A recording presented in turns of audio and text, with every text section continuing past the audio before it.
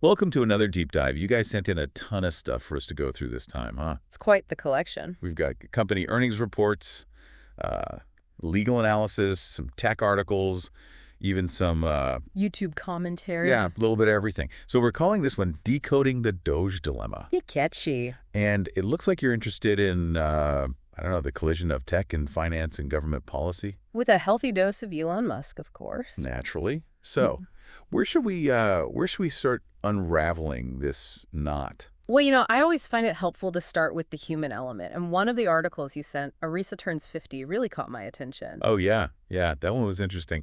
I mean, it's the 50th anniversary of this act that was supposed to, like, revolutionize retirement savings. But it seems like we're facing a whole new set of challenges now. It is pretty ironic, isn't it? Yeah. How so? Well, Arisa was designed to protect pensions, right, and give workers more control, which then led to the rise of 401ks. But now IRAs actually hold a larger share of retirement funds than 401ks. Right. But they don't have the same fiduciary protections that ERISA provides. Oh, that's right. That's what kind of struck me about that article. It's like we've traded one safety net for another with a giant hole in it. Yeah. So what are the risks then for people rolling their 401ks into IRAs without those safeguards? It's a real concern. Without those fiduciary standards, people, especially older adults, are more vulnerable to misleading advice, or even just outright financial exploitation. That's scary. It is. It's a stark reminder that individual responsibility is so crucial in today's retirement landscape. You really had to do your homework. Yeah. And speaking of responsibility, that's where Secure 2.0 comes in, right? At least it seems like it's trying to address some of these gaps, so like by expanding coverage for gig workers, which is huge, considering how many people are part of the gig economy these days. Secure 2.0 is definitely a step in the right direction, especially when it comes to those provisions for gig workers. They often fall outside the traditional retirement system, as you said. Yeah. But there is debate about whether it goes far enough to really tackle what some experts are calling a looming retirement crisis. a crisis? That sounds pretty serious. What makes experts think we're heading in that direction? Well, a number of things. People are living longer, for one thing, which means they need larger retirement nest eggs. You've also got rising healthcare costs, stagnant wages for a lot of people, and the decline of traditional pensions. You add all that up. And you've got a recipe for trouble. Pretty much. Financial insecurity in old age is a real possibility for a lot of people. So it's not just about individual choices then. There are some pretty big systemic issues at play here. What are other countries doing differently? I know the article mentioned some examples like the Netherlands, Denmark, and Australia. Yeah, those countries have taken some different approaches that are worth looking at. For example, the Netherlands has a mandatory pension system that covers almost everyone. Wow, everyone. Yep. While Denmark prioritizes a universal basic income in retirement.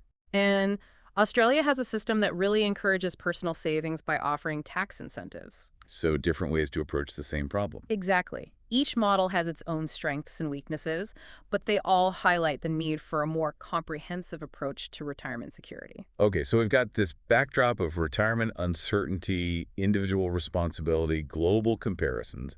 And then, as if that wasn't enough to keep us up at night, enter Elon Musk and his Doge initiative. I mean, this YouTube commentary you sent, Arrest Elon Musk. Wow. It's a little over the top, but it does raise some interesting points about the potential legal risks here. It might be a bit sensationalized, but it taps into a valid concern. Musk's position as a special government employee while leading Doge raises a lot of eyebrows.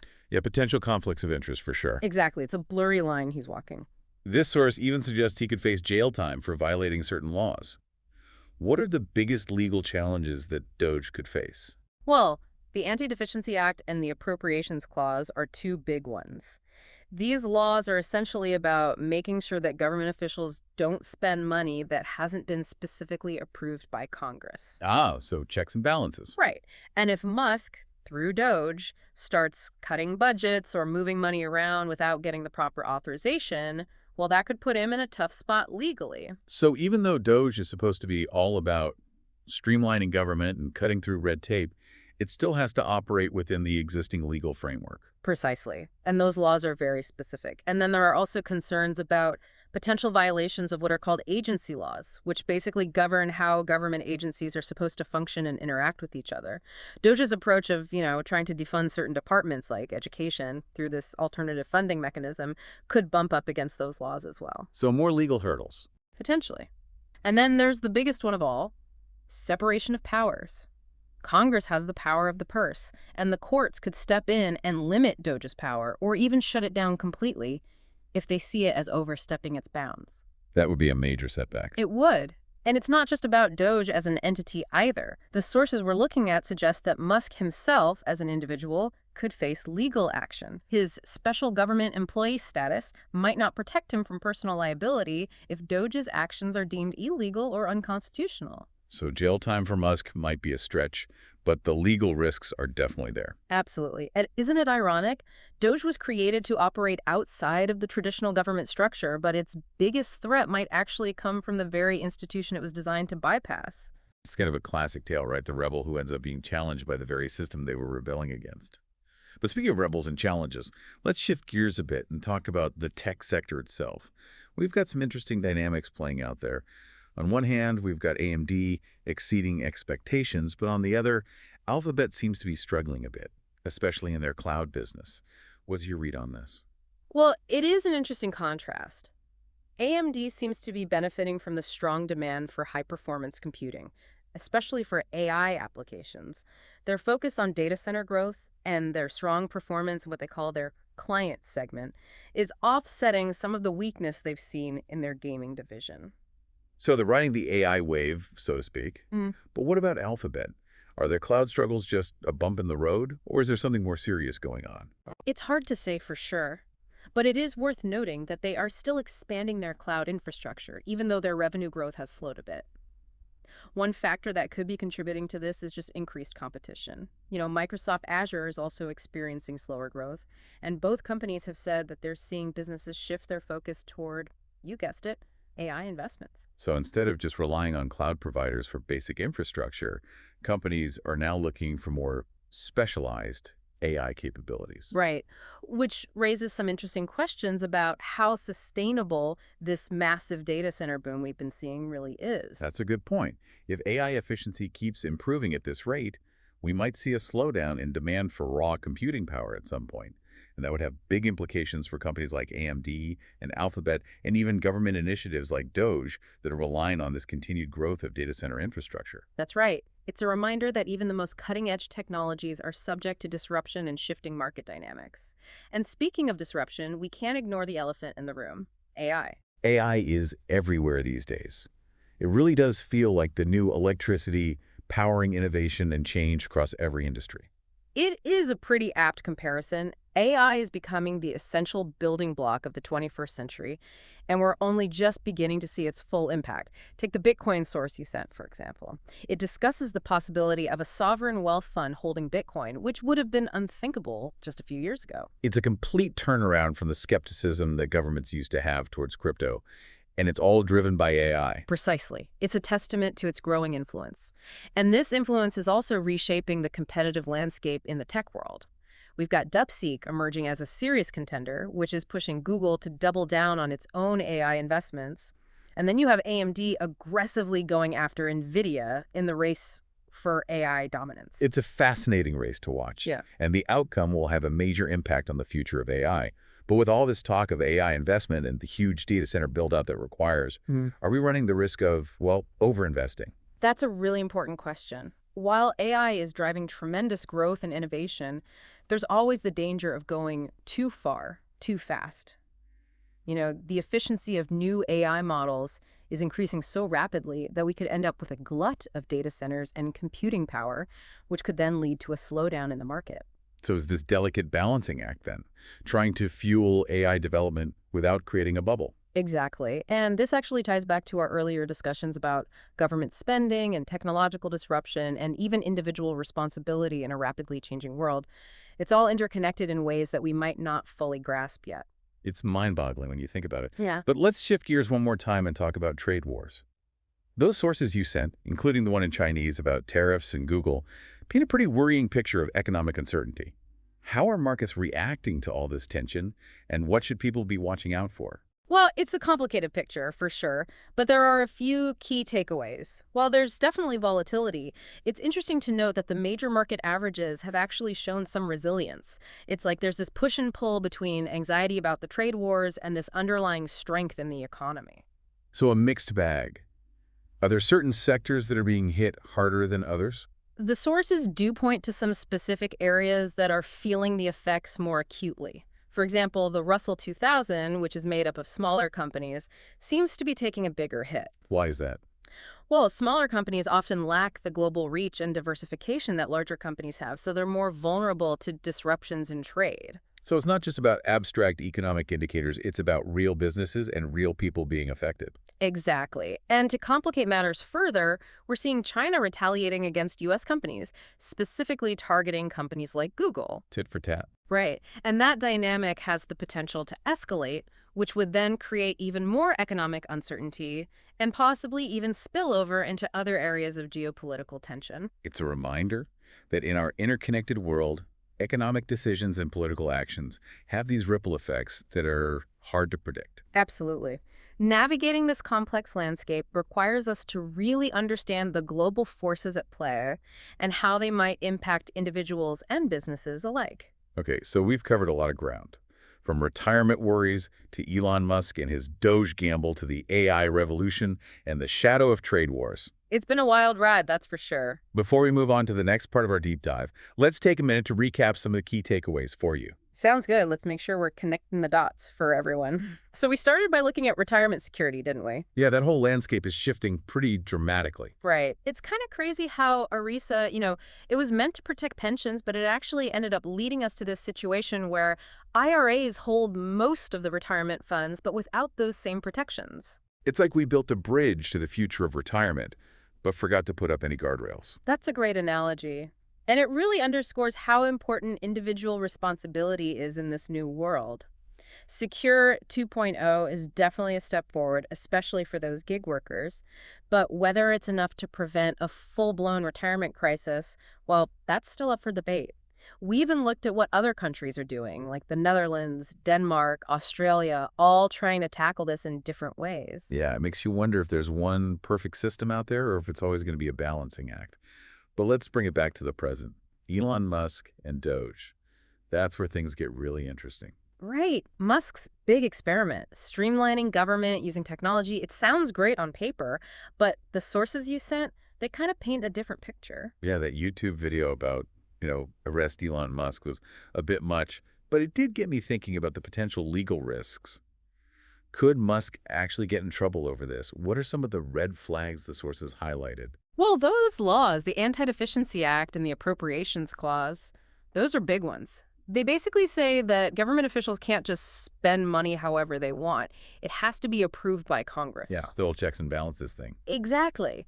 So if Musk starts slashing budgets or redirecting funds without getting the green light from Congress, well, he could find himself in some hot water legally. So even though Doge is supposed to be about operating outside of the normal bureaucracy, it still has to follow the rules, right? Precisely. And those rules, well, they can get pretty complicated. And then there's also the issue of agency laws, which basically dictate how government agencies are supposed to interact. Doge's strategy of, trying to defund certain departments like education by using this alternative funding mechanism, that could clash with those agency laws. Some more potential legal headaches. Potentially, yeah. And then there's the big one, the separation of powers. Congress holds the power of the purse, as they say, and the courts could step in and say, nope, Doge has gone too far, and limit its power or even shut the whole thing down. That would be a huge blow to the whole initiative. It would be. And it's not just Doge that could be in trouble. The sources suggest that Musk himself, as an individual, could face legal action. His special government employee status might not protect him if what Doge is doing is found to be illegal or unconstitutional. So maybe not jail time, but still, the legal risks for Musk are real. Oh, absolutely. And it's funny, isn't it? Doge was created to operate outside of the traditional system, but its biggest threat might come from the very government it was trying to bypass. It's like that old story, the rebel who ends up fighting the very system they were rebelling against. But let's talk about another group of rebels, shall we? The tech sector. Some interesting stuff happening there. AMD is exceeding expectations, but Alphabet seems to be struggling a bit, especially with their cloud business. What's your take on that? It is an interesting contrast. AMD seems to be really capitalizing on that demand for high-performance computing, especially for AI. Their focus on data centers and their strong performance in their client segment, that's helping to offset some of the weakness they've seen in their gaming division. So they're riding that AI wave, as they say. But what about Alphabet? Is the cloud slowdown just a temporary thing, or is it something more serious? Well, it's definitely something to keep an eye on. They are still expanding their cloud infrastructure, but the revenue growth has slowed down. One factor could be increased competition. Microsoft Azure is also experiencing a similar slowdown, and both companies have said that they're seeing businesses shift their priorities towards, you guessed it, AI investments. So companies are now looking for those specialized AI services instead of just using the cloud for basic infrastructure. Right. And that shift raises some interesting questions about this huge data center boom we've been seeing. Is it sustainable? That's a good point. If AI efficiency keeps getting better and better, we might reach a point where we just don't need that much raw computing power. Mm, And that would have a big impact on companies like AMD and Alphabet, and even government initiatives like Doge, which are counting on this continued growth of data centers. exactly. It's a reminder that even the most advanced technologies, they can be disrupted by the market. Things change. And speaking of disruption, we can't ignore the 800-pound gorilla in the room, AI. AI is everywhere these days. It's like the new electricity driving innovation in every industry you can think of. It's a good analogy. AI is becoming the fundamental building block for everything in the 21st century. I mean, just look at that Bitcoin article you sent. It talks about the possibility of a sovereign wealth fund holding Bitcoin. A few years ago, that would have been unthinkable. It's a total 180 from the way governments used to view crypto. And it's all because of AI. It is. It shows how much influence AI is gaining. And that influence is changing the competitive landscape in tech, too. We've got DeepSeek emerging as a real player, which is forcing Google to invest even more in AI. And then you have AMD going after NVIDIA in the race for AI dominance. It's a fascinating race to watch. Whoever wins will have a huge impact on the future AI. But with all this investment in AI and all the data centers that require, are we in danger of overinvesting? That's a valid concern. AI is driving incredible growth, there's no doubt, but there's always the risk of getting ahead of ourselves. AI models are becoming so efficient, so fast, that we could end up with way more data centers and computing power than we actually need, and that could lead to a slowdown in the market. So it's about finding that balance, pushing AI forward without creating a bubble. Exactly. And this ties back to what we were talking about earlier, government spending, technological disruption, individual responsibility. It's all connected in ways we might not fully understand yet. It's amazing to think about. But let's shift gears one last time and talk about trade wars. The sources you sent, especially the one in Chinese analyzing tariffs and Google, they paint a pretty bleak picture. Economic uncertainty, geopolitical tension, it's all a bit worrisome. So how are markets reacting to all this, and what should we be paying attention to? It's definitely a complex situation, but there are a few key things to keep in mind. First, while there's volatility, of course, the major market averages have shown some resilience. It's almost like there's this tension between the anxieties about the trade wars and the underlying strength of the economy. So it's a bit of a mixed bag. Are there certain sectors that are being hit harder than others? Yes, and the sources highlight a few. The Russell 2000, for example, which is composed of smaller companies, they seem to be struggling more. Why is that? Well, smaller companies often lack the global reach and diversification that larger companies have, so they're just more vulnerable to trade disruptions. So this isn't just about abstract economic indicators, it's about real people and real businesses being impacted. Absolutely. And to make matters even more complicated, China is retaliating against U.S. companies, specifically targeting companies like Google. The whole eye for an eye thing. Right, and that could easily escalate, leading to even more economic uncertainty. And it could spill over into other areas, geopolitical tensions could flare up. It's a reminder that everything's connected. What happens in one part of the world can have ripple effects everywhere else. It's true. To navigate this landscape, we need to understand those global forces and how they might impact us all as individuals and businesses. Okay, so we've covered a lot today. Retirement worries, Elon Musk and his Doge gamble, the AI revolution, and the shadow of trade wars has been quite a journey. It has, and a fascinating one. Before we wrap up, let's take a moment to summarize some of the key takeaways for you. What are some of the biggest insights you've gleaned from these sources? Okay, so we've spent all this time looking at this big web of stuff, retirement anxieties, Elon Musk and Doge, the AI revolution, trade wars. It's a lot. But how does all this actually connect to the listener, to their everyday life? What can they do with all this information? That's the real question, right? We've explored all these connections, pulled out the key insights from the sources you sent. Now, how do we apply that to your own personal journey? Yeah, make it real for people. So where do we start? Well, let's start with something that's probably top of mind for a lot of people: retirement security. The sources paint a pretty clear picture. The old days of company pensions, those are fading away, and now it's all about individual responsibility. Yeah, you can't just set it and forget it anymore, can you? Nope, those days are over. You have to be proactive, informed, really engaged in shaping your own retirement future. So step one, what should people do? Take a good, hard look at your finances right now. How much have you saved? What do you think your expenses will be in a retirement? Are you making the most of any employer-sponsored plans, like a 401k? It's like a financial checkup, but for your future self. Exactly. Once you know where you stand, you can start figuring out how to get from here to where you want to be in retirement. But that's where it gets tricky, right? There are so many options, so much financial jargon, it can be overwhelming. You're right, it can be. That's where a good financial advisor can be really helpful. They can help you create a plan that's tailored to your specific needs, help you navigate all those investment choices, and keep you on track. So it's like having a financial co-pilot to guide you through this whole process. Mm. But how do you even find a good advisor? There are so many out there. Look for someone who's a fiduciary, that's key. It means they're legally obligated to put your interests first. Ask about their experience, their investment philosophy, how they get paid. Don't be afraid to shop around. Find someone you feel comfortable with. It's your future we're talking about, so it's worth doing your research. But even with the best advisor, retirement planning can feel so abstract, so far off. How do we make it more real for people? That's a great point. Think of it this way. Retirement planning is about investing in your freedom. The more you save now, the more choices you'll have later. Traveling the world, pursuing a passion, or just having the flexibility to spend time with loved ones without worrying about money. So it's not just about numbers on a spreadsheet, it's about the life you want to live. Exactly. And remember, even small contributions can make a big difference over time. Start where you are with what you can and build from there. It's a marathon, not a sprint. Very true. But okay, retirement isn't the only thing on people's minds these days, right? We've got Elon Musk and Doge turning things upside down, AI changing the game everywhere you look, trade wars simmering in the background. How does our listener make sense of all this chaos? How does it apply to their life? The key takeaway here is adaptability, but informed adaptability. We've talked about staying informed, questioning assumptions, considering different perspectives.